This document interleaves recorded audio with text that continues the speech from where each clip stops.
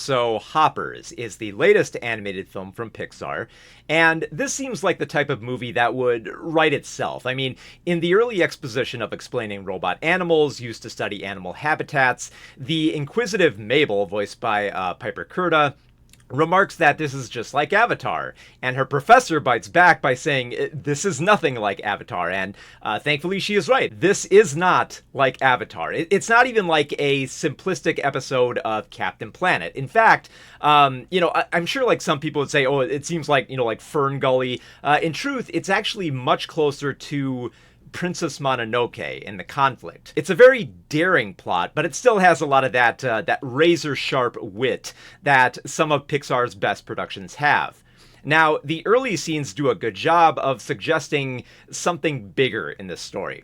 A young Mabel learns to appreciate nature through her grandmother's wise words amid the peaceful glade of her estate, recognizing that she is part of something something bigger, something so grand that, you can just take in the details of life itself and feel at peace. Time passes, as does the grandmother, and a grown-up Mabel becomes dedicated to preserving the glade from being targeted for demolition. Her opponent is the mayor, Jerry Generazzo, voiced here by John Hamm, who takes little interest in environmentalism, but his construction through the glade is hard to rebuke given that there's a lack of wildlife.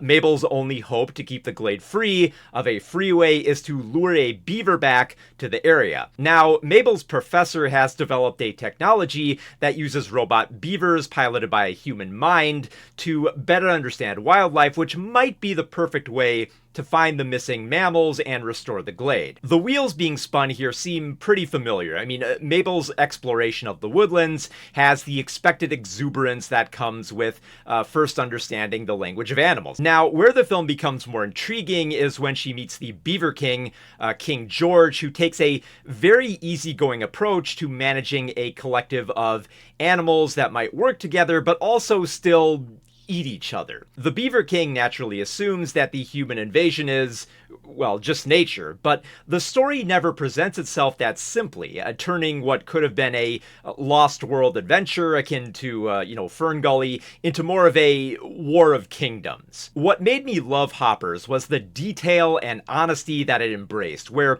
other animated films might have softened to a degree. Rather than presenting a warm, cuddly depiction of nature worth saving, the grotesque aspects of animal mating, munching, and metamorphosizing are rarely downplayed. There's a dark charm to embracing the mammals community where they have pond rules, which essentially allows you to eat other animals if you're hungry. So the circle of life isn't just a philosophy that's poetically delivered by Mufasa from a Disney movie. This is an animated movie where George can, just casually greet a fish that he knows by name, watch the fish be eaten, and just accepts it as nature's way.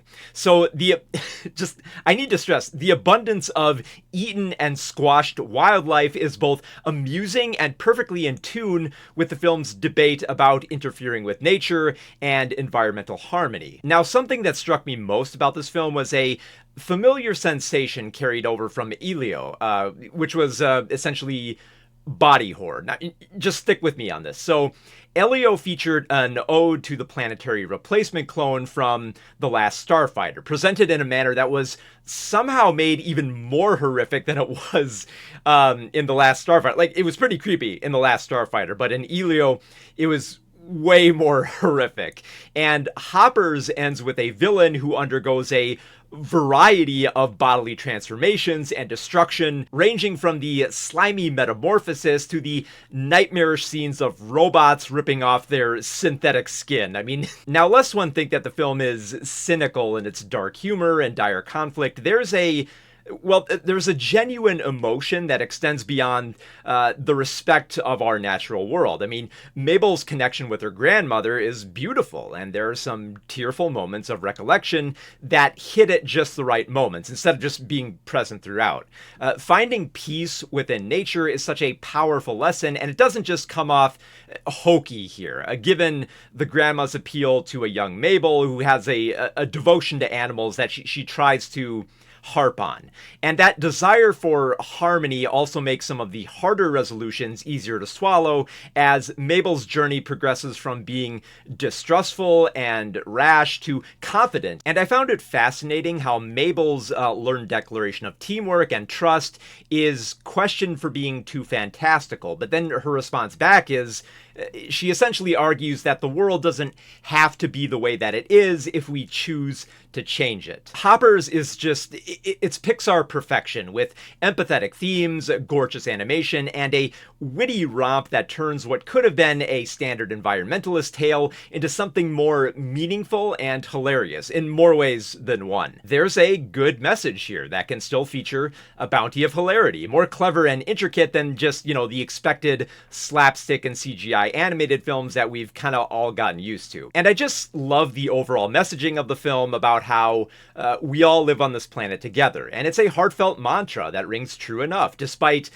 being posed next to scenes of wildlife being eaten and egotistical politicians who won't listen to their citizens. Life is filled with beauty and plenty of absurdity, with Hoppers finding the highest levels of both in a film that lives up to its all-encompassing beliefs. So yeah, I adored the hell out of Hoppers. This is some of Pixar's best.